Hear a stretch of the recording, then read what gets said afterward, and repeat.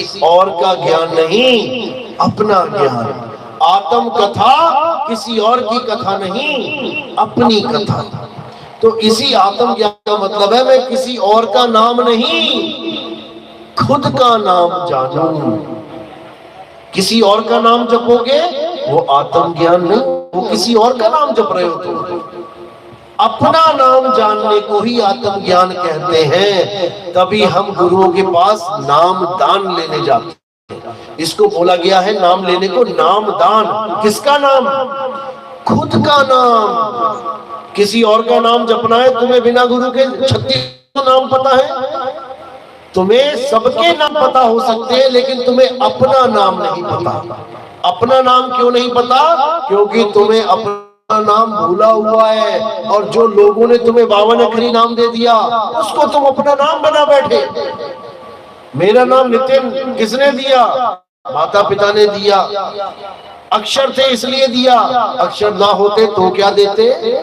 तब मेरा नाम क्या होता? मेरा नाम ही मेरी पहचान है। मेरा नाम आत्मा है, आत्मा ही सत्य है। इसीलिए सतनाम का मतलब है आत्म राम। इसीलिए राम नाम सत्य है, राम का नाम आत्म राम है। और सत्य बोले गत है, राम बोले गत नहीं है, सत्य बोले गत है। यानी आत्मा को जानने पर ही तुम्हारी गति होगी, तुम पार होगे। 52 अक्षर को पकड़ोगे तो यही रह जाओगे। गरीबदास जी ने कहा 52 अक्षर लेख राम रंग होरी हो, वो अक्षर यामे नाही राम रंग होरी हो। कागज कलम कलेश राम रंग होरी हो, वो रहा शेष का शेष राम रंग होरी हो। यानी कागज पे लिखे हुए नाम, हिंदी पंजाबी उर्दू फारसी में बोले हुए नाम, ये परमात्मा का सच्चा नाम नहीं है, ये मैन मेड नाम है। इसी नाम के झगड़े हैं। कोई राम राम बोल रहा है, कोई वाहिगुरु वाहिगुरु बोल रहा है, कोई अल्लाह अल्लाह बोल रहा है, फिर झगड़ा कर रहा है। पाया किसी ने नहीं, पर उसके नाम को बड़ा छोटा करने में लगे हैं। राम बड़ा, अल्लाह छोटा, अल्लाह बड़ा, वाहिगुरु छोटा। अब इन झगड़ों को खत्म कर देना है और उस आत्म राम को जानना है जिससे तुम्हारी गति होगी। और वो आत्म राम किसी मंदिर में नहीं है, किसी गुरुद्वारे में नहीं है, वो कहाँ है? वो तुम्हारे पास है। ज्यों तिल माही तेल है, ज्यों चकमक में आग, तेरा साईं तुझ में है, जाग सकतो जाग। अब तेल को ढूंढने कहाँ जाए? गन्ने के रस को ढूंढने कहाँ जाए? अरे उसी में है। बस कोई मशीन मिल जाए जिसमें सत्य और असत्य का निबेड़ा हो जाए। जब आप गन्ना लाते हो तो गन्ना देख के लाते हो, क्या देखा? शरीर देखा। और जब उसको मशीन में डालते हो तो जिसको देखा, जिसको पसंद किया, उसको कहाँ फेंका? डस्टबिन में फेंका। जिसको देख के पसंद करके लाए उसको फेंका, और जिसको देखा नहीं उसको पिया, उसके पैसे भी। मूंगफली लाते हो, बादाम लाते हो उसका कवर देख के, केला लाते हो छिलका देख के, पीला है कि नहीं। जिसको करके लाए उसको डस्टबिन में फेंका, और जिसको छीन के देखा तक नहीं उसको खा के आनंद लिया। इसी प्रकार ये शरीर जो दिख रहा है, जिसको पापा पापा, मम्मी मम्मी, भाई बहन कह, वो है तुम्हारा पापा, वो है तुम्हारी मम्मी, वो आत्मा है तुम्हारा पापा और तुम्हारी मम्मी, जो कभी मरेगा नहीं। और जिसको तुम देख देख के कह रहे हो पापा और मम्मी है, ये कभी रहेगा नहीं। तो आत्म ज्ञान बिना नर भटके, कभी काबा कभी काशी, और जल में नींद प्यासी, मोह देख आवे हंसी। घी ढूंढने जा रहे हो, घर में 1 क्विंटल दूध पड़ा है, उसकी तरफ नजर नहीं जा रही है, उसको कह रहे हो नहीं नहीं नहीं ये तो दूध है, मुझे तो घी चाहिए, और घी ढूंढने के लिए जंगलों में भटक रहे हो। घी ढूंढने के लिए रेगिस्तान में भटक रहे हो, और जो घर में क्विंटल दूध पड़ा है, घी उसी में छुपा है, उसको रिजेक्ट मार रहे हो। यानी हमारा परमात्मा हमारी आत्मा में छुपा है, आत्मा का ज्ञान है नहीं, और मंदिर मस्जिद गुरुद्वारे में ढूंढने जा रहे हो, वो तुम्हारी आत्मा में है। इसी को साहिब ने बोला, आत्म में परमात्मा दर से, परमात्म में झाई, झाई में परछाई दर से लखे कबीरा साई। परमात्मा को ढूंढना है तो आत्मा में ढूंढो, घी को ढूंढना है तो दूध में ढूंढो, लेकिन दूध में हाथ डाल के निकालोगे तो घी थोड़ी निकल आएगा कि मैं अभी निकालूं, हाथ डाला और ये लो घी ले लो, ये लो मक्खन ले लो, ये लो लस्सी ले लो, ये लो दही ले लो, ऐसे नहीं निकलेगा। उसके लिए तुम्हें एक गुरु धारण करना पड़ेगा जो तुम्हें उस दूध से दही बनाना सिखा दे, दही को मथ के मक्खन बनाना सिखा दे, और मक्खन को जला के घी बनाना सिखा दे, तब तुम्हें उस घी की प्राप्ति होगी, नहीं तो नहीं होगी। इसीलिए अर्जुन को ये नहीं बोला कि जाओ मंदिरों में पूजा करो और ये करो वो करो, क्या बोला? अध्याय 4 34वां श्लोक, हे अर्जुन, अगर तुम सत्य को पाना चाहते हो तो तुम ऐसे तत्वदर्शी गुरु की शरण में जाओ जो सत्य को जान चुका है, जो जान चुका है कि मैं एक शरीर नहीं हूं, जो जान चुका है कि तुम भी एक शरीर नहीं हो। वही तुम्हें सत्य तत्व के दर्शन करा सकता है, उसका भेद बता सकता है।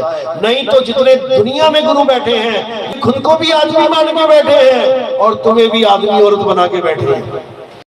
उनके स्वरूप को नहीं जानते और तुम्हारे स्वरूप को भी नहीं जानते। इन्हीं गुरुओं के लिए बोला है कबीर साहब ने, अरे गुरुआ तो घर घर फिरे, कौड़ी केर 50, अपने रूप की खबर नहीं और शिष्य करण की आस।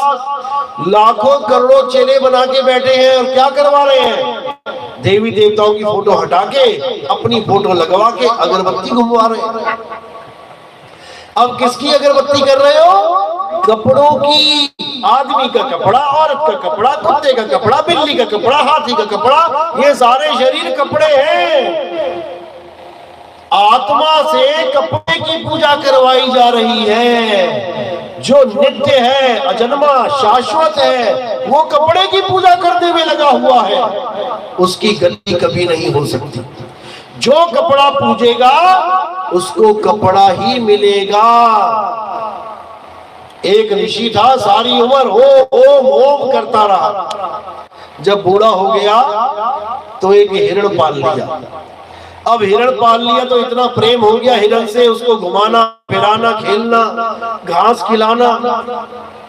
एक दिन बैठा बैठा बैठा भक्ति में एकदम संदेशा आया, चल भाई तेरा समय हो गया, यानी शरीर छोड़ने का समय हो गया।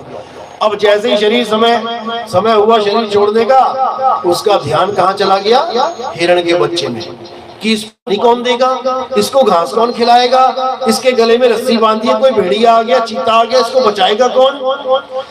इसी उधेड़ बुन में, इसी विचार में हिरण हिरण करता शरीर छोड़ दिया।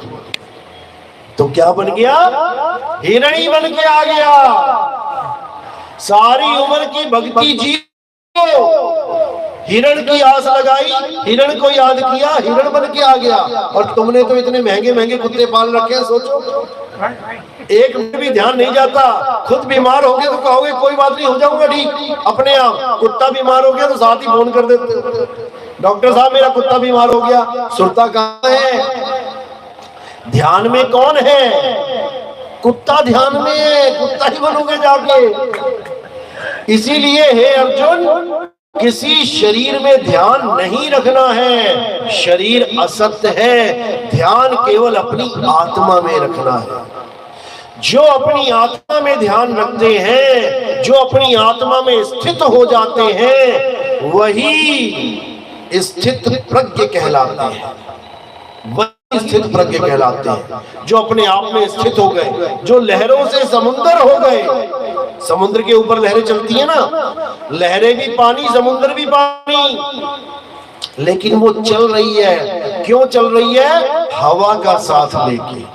इसलिए वो चलती नजर आ रही है, इसलिए वो अज्ञान दृष्टि में लहर कहला रही है। और जब वो हवा का साथ छोड़ दे और अपने में स्थित हो जाए तब वो समुद्र कहलाती है। इसी प्रकार जब हम मन का साथ लेके दुनिया भर में विचरण करते हैं, हमारी सुरती दौड़ती रहती है, वो जीव कहलाती है। और जब यही जीव अपनी आत्मा में स्थित हो जाता है तब ये पीव कहलाता है, तब ये आत्म देव कहलाता है। तो गरीबदास जी कहते हैं कोटि तो ब्रह्मा भय, भक्ति करके करोड़ों तो ब्रह्मा हो गए, और कोटि भय ईश, यानी बहुत से तो ब्रह्म बन गए। साहिब तेरी बंदगी से जीव होए जगदीश। ना तो जीव अवस्था में रहना है, ना ब्रह्म अवस्था में रहना है। अब हमें पार ब्रह्म में स्थित हो जाना है। ब्रह्म ज्ञान भी पूर्ण ज्ञान नहीं है। कबीर साहब कहते हैं अरे ब्रह्म बड़ा की जहां से आया, और वेद बड़ा की जिन निर्माया, ई मन बड़ा की जही मन माना, राम बड़ा की राम ही जाना। ब्रह्म बड़ा की जहां से आया, ब्रह्म अवस्था बड़ी है या जो जहां से वो आया है वो बड़ा है, यानी आत्म अवस्था। ब्रह्म बड़ा की जहां से आया, वेद बड़ा की जिन निर्माया।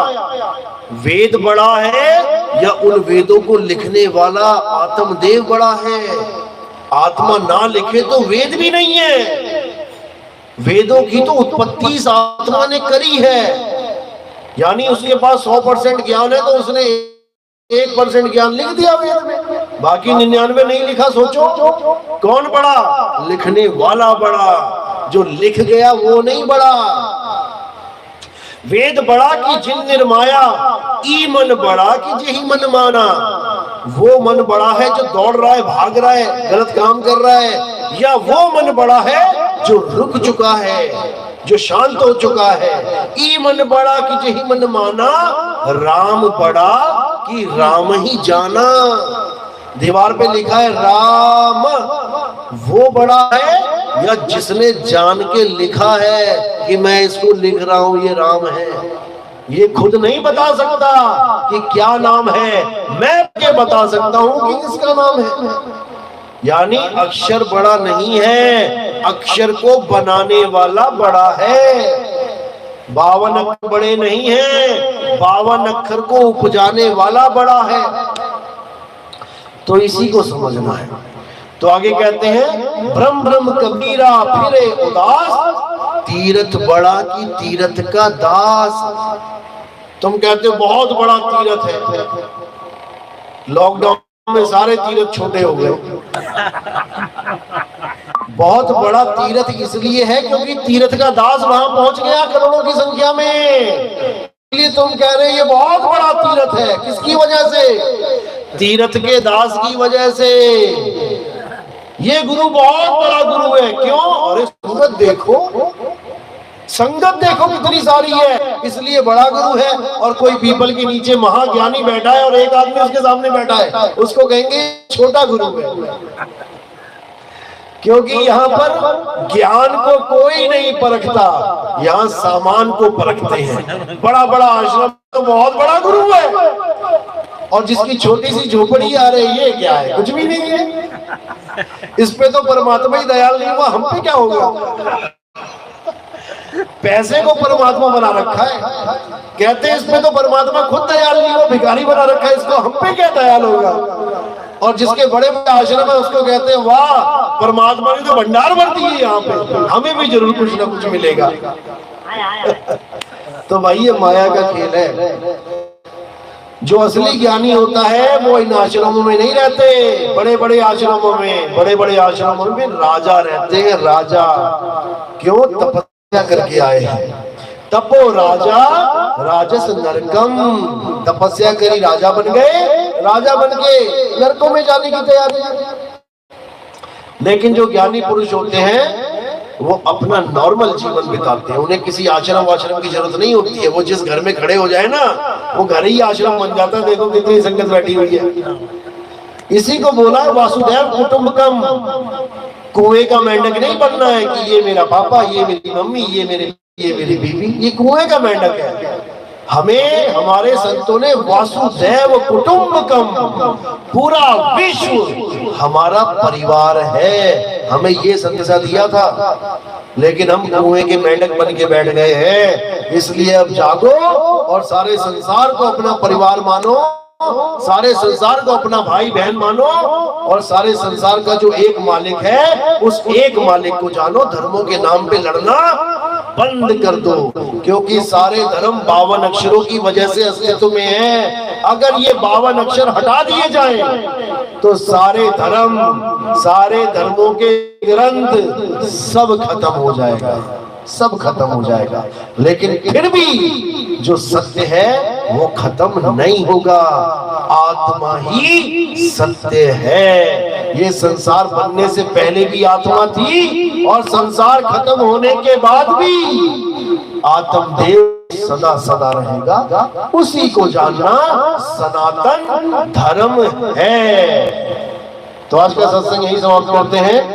और अगर किसी की शंका है, कोई सवाल पूछना चाहता है तो पूछ सकता है। बोलिए सदगुरु।